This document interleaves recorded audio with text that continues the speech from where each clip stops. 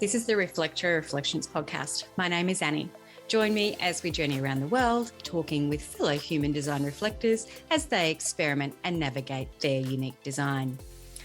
Today's unique conversation and episode is just with me, Annie. As most of you know, I'm a 5/1 reflector, and I've also taken a little bit of a break, and I felt that I wanted to just come back on and share with you personally some of the reasons why I took that break and some of the lessons that I've felt into in taking that break. I also wanted to share a little bit more personally about what it has felt like for me to hold space since October last year. So it's been a while now since I've been talking with reflectors, and there's feeling in that. And I guess straight away launches me into some of the reasons I did take a break. Like, my health was starting to suffer, not from anybody's doing but my own. But again, it's us reflectors living in this world. And even though we can conceptualize that we need to slow down and we need to take breaks, we can still feel the weight of the world on our shoulders as parents, as friends. And I really just wanted to step back and feel into that.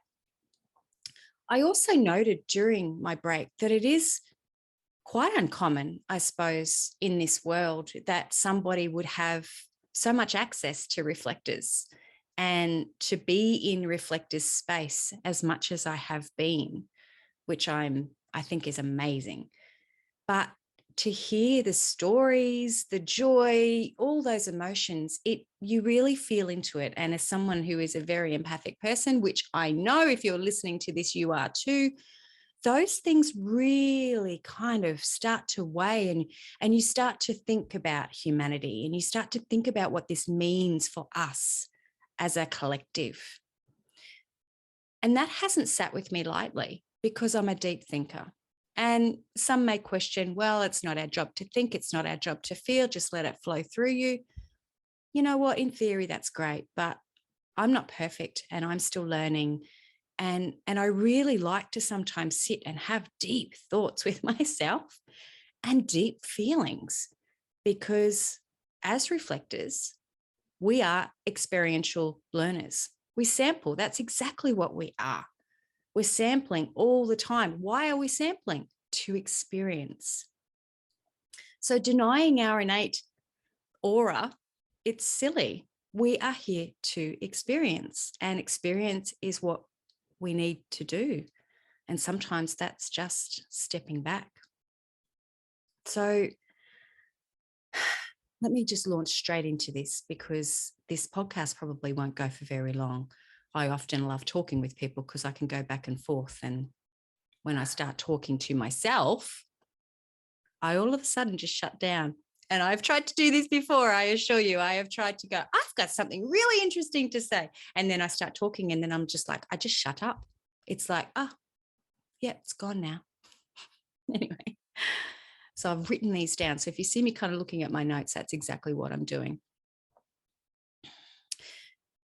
During the past few years, me personally, I have been going through my own healing journey of not being seen, feeling invisible, feeling that I'm not liked, being kind of pushed out and rejected.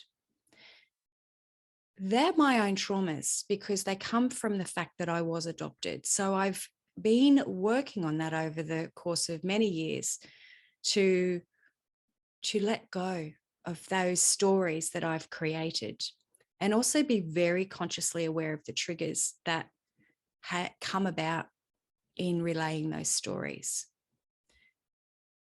Reflectors, we know this, being open-centered beings, we are conditioned by everything.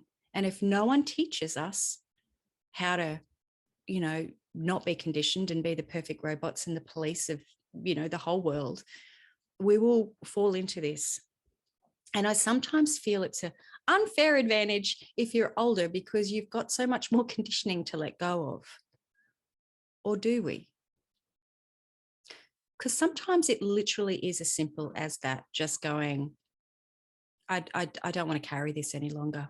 I just literally want to let go of my cross. My burdens to bear are no longer mine to bear. And how freeing that is. It can be as simple as that. But we like to tell ourselves stories. Anyway, I digress as we go on. So with us as open-centered beings, I've had to think about this like from that sciencey kind of view, because it makes me feel good to kind of get in there and go, but.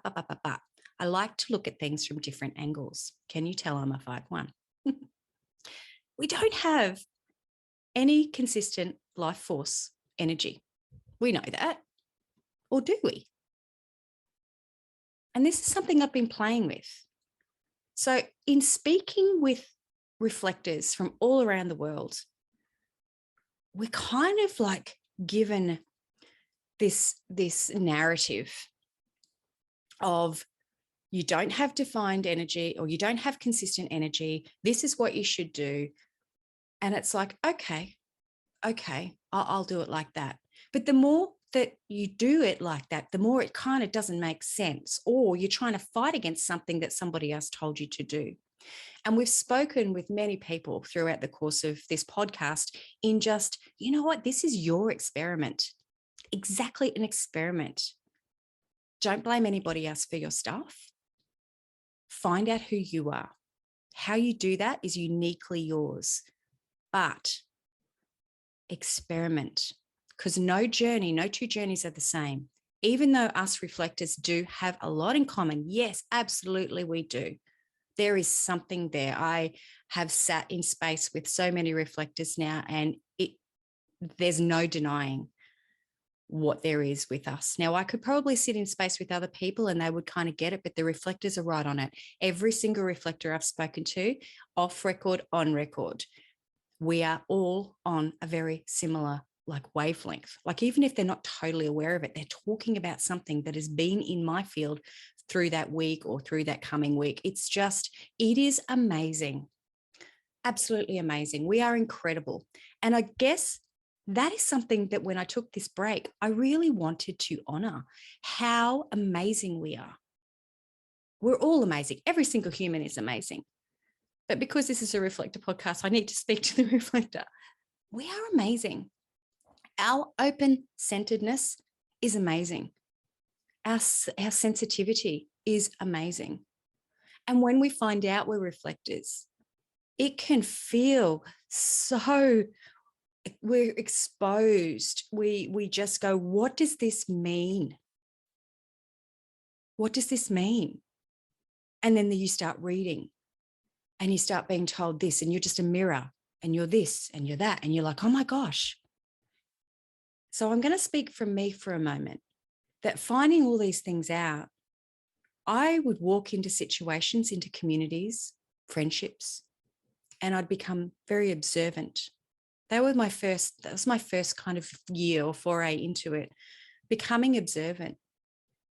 And because I never knew who I was, I didn't really have much to go on. I didn't have a baseline. So, like I'm hearing from other reflectors all the time, is that being reflected back to me? Am I reflecting that? Am I reflecting that? Am I doing that? Why? I haven't done anything. I just walked into this space. And that really affects your self-esteem, because you're trying. Maybe that's the problem. We're trying too hard. But I will continue with my story. We're trying to be things, or we're trying to understand, and we're trying to find our way. We're trying to find our way in the world. We're trying to find who we are. And if we're everybody else, who are we? And so they say, okay, wait a lunar cycle. But what does that mean? And I stripped it back at the end of last year. I stripped it all back and I asked myself these questions. What does it mean to be me? Who am I? Because I kind of knew, but I didn't know.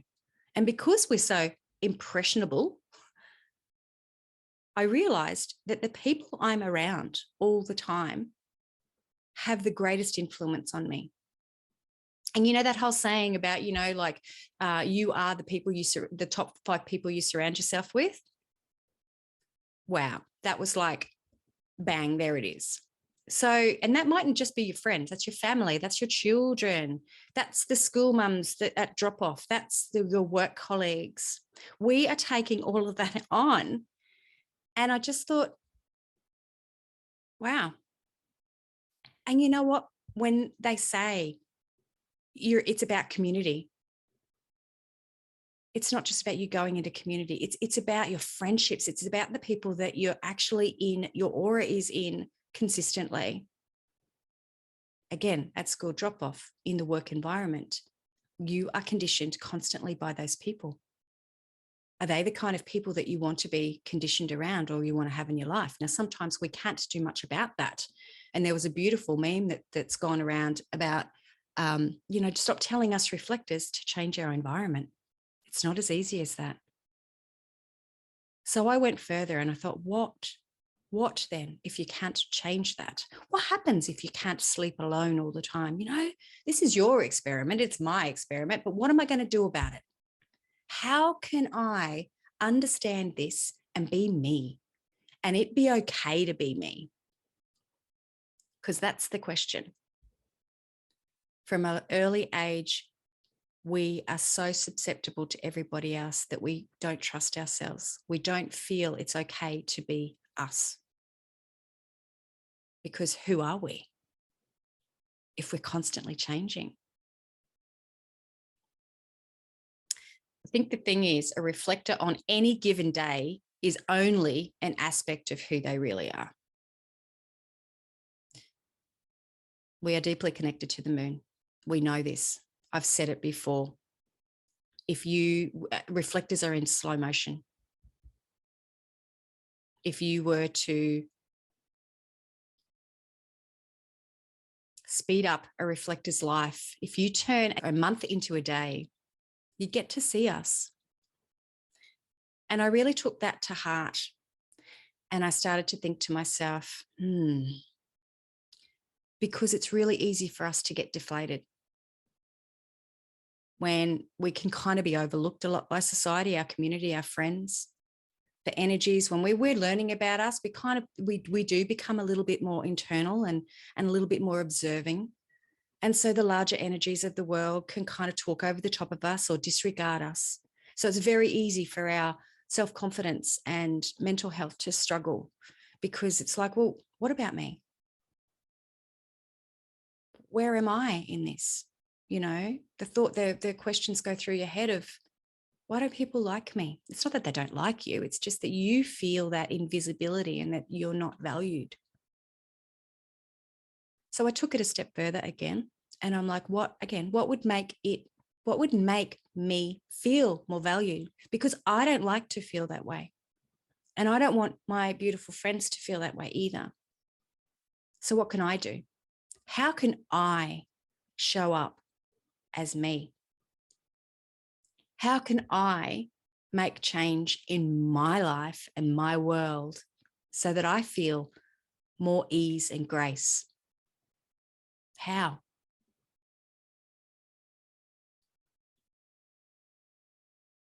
I think a lot of the time when we find this out, we don't understand how our openness works. Vast majority of reflectors have no idea how to deal with their process, how to deal with their cycle, how to deal with the moon, how to be. We don't. We struggle. We fight against it because we're in a world that has never really understood time.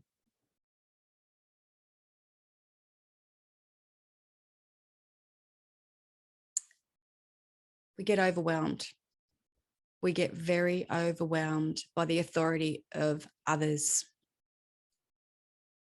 because everybody else has something consistent in their life and we feel like we're just getting thrown around the ring.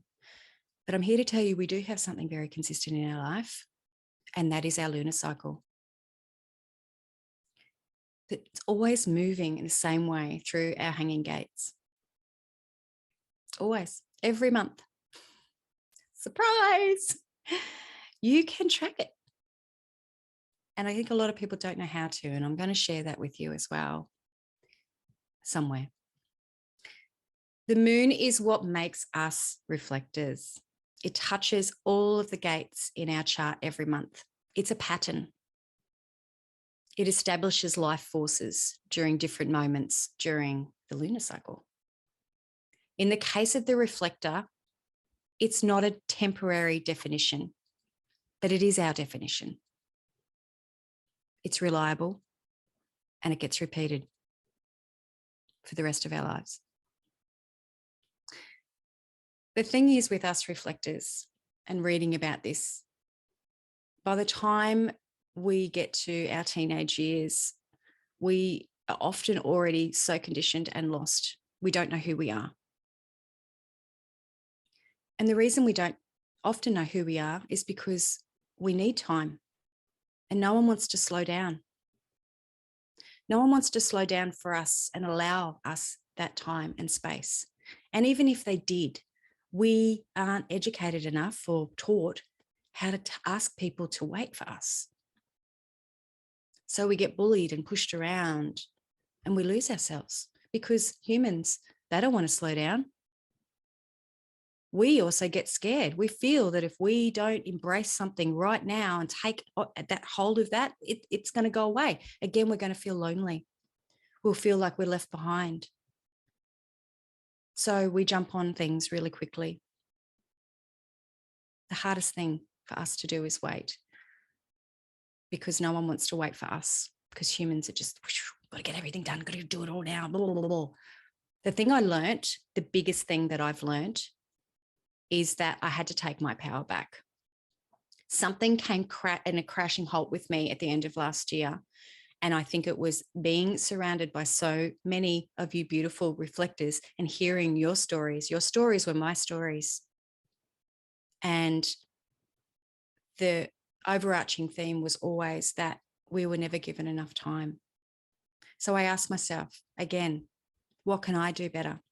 How can I make sure that I feel safe, secure, heard? I feel valued in myself. I am valued. I am important to me and to everybody else. What can I do? And I just literally put up my hand and just went, no more. Stop. Anybody who put pressure on me, I just went, stop. And I took back my power. Power might be a little bit of a, power play of words, but you understand what I'm saying. It's like, I matter. I matter. You matter. We matter in this world. And it's about bloody time that we stand up for ourselves, feel into who we are, and honor the beautiful magnificence of what we are. And in doing that, we have to take time. And everybody else is just going to have to fucking wait. It's as simple as that. It's like, no, you wait. We are more than a moment. We are a cycle. And we need to accept that. You need to accept that. I need to accept that. And when you can kind of feel into that, like really experience it, it feels beautiful and right. Now, I'm not denying that there have been moments where I have still felt the pressure, but I've got to drop into that feeling and go, no, you will wait. See, the interesting thing about making people wait is that I'm demanding respect. We demand respect because we are to be respected. When we feel disrespected, we become disappointed, bitter, angry, frustrated. I don't want to feel that way. And I don't want them to feel that way either. So we ask them to wait. And if they don't want to wait, that's fine. We didn't lose anything. If anything, we gained, because we don't actually then have to process anything for 28 days. So if someone comes to me, and I'll use an example, somebody came to me and they asked me if I would do this workshop for them. Now, this workshop is not happening until next year, but they want to be organized, and I respect that. And I just went back to them and I said, thank you. I'm just going to take some time to think about that and feel into how it feels. Now, I know that person is starting to get quite antsy because it's been a week, but that's not my problem. If they want to work with me, they have to wait and honor my cycle. And if they don't, they can walk away. They're not supposed to be in my field. They're not supposed to be working with me. It's not supposed to happen. It's literally as simple as that. And the one thing that I can really try to encourage you to do is to step into this. Step into who you are. Step into not looking at you being the reflection to everybody else, or you being this, or you mirroring, or whatever it is. No, you start honoring who you are, start finding out who you are, and make people wait. And when you can't make people wait because of, work situations, try a different approach, even if it's a small wait, a pause, feel into it. Now is the time for us to really start understanding and knowing who we are. Stand your ground. Stand your ground in your magnificence and your uniqueness. We no longer need to be pushed and shoved and felt like we're, silenced or mistreated. We don't need to think that way now. We're re-navigating, we're retelling the story. And the story now is we are magnificent. We are here to support humanity just as you are. We are equally taking our rightful place in this world. And this is how we work. End of discussion. That's the story I want to be telling. And it's not an arrogance. It's not a you're better than I am or anything like that. This is just us honoring who the fuck we are. Because I know within myself, there is so much wisdom that I have. There is so much compassion that I have. And many, many times I've been disregarded or spoken over the top of, or somebody's gone to the bigger energy. And it has left me feeling like shit because I think, what's wrong with me? There's nothing wrong with me and everything wrong with that rushy bully person who wants to go and work with somebody else. And you know what? In those situations where you are overlooked for something or somebody doesn't want to be around you, you've dodged a bloody bullet. You have dodged a bullet because your time waiting, your processing things through the lunar cycle is your protection from dickheads, from self-centered people who are caught in the world, who are rushing. We need to show them. We need to take back our respect.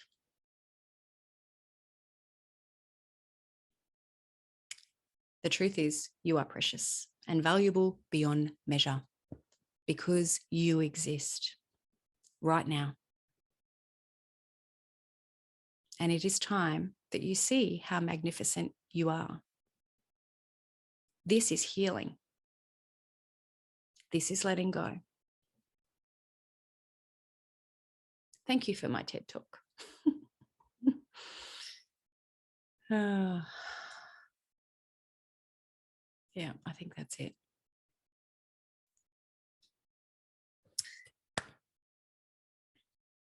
Thank you for listening. I probably repeated myself a lot during that, but it is what it is. It's something that I'm extremely passionate about. It's the kind of conversations that I want to get into. I don't ever want to disregard any of the feelings and the way that things hurt us, because that is honoring our beautiful path, our life path.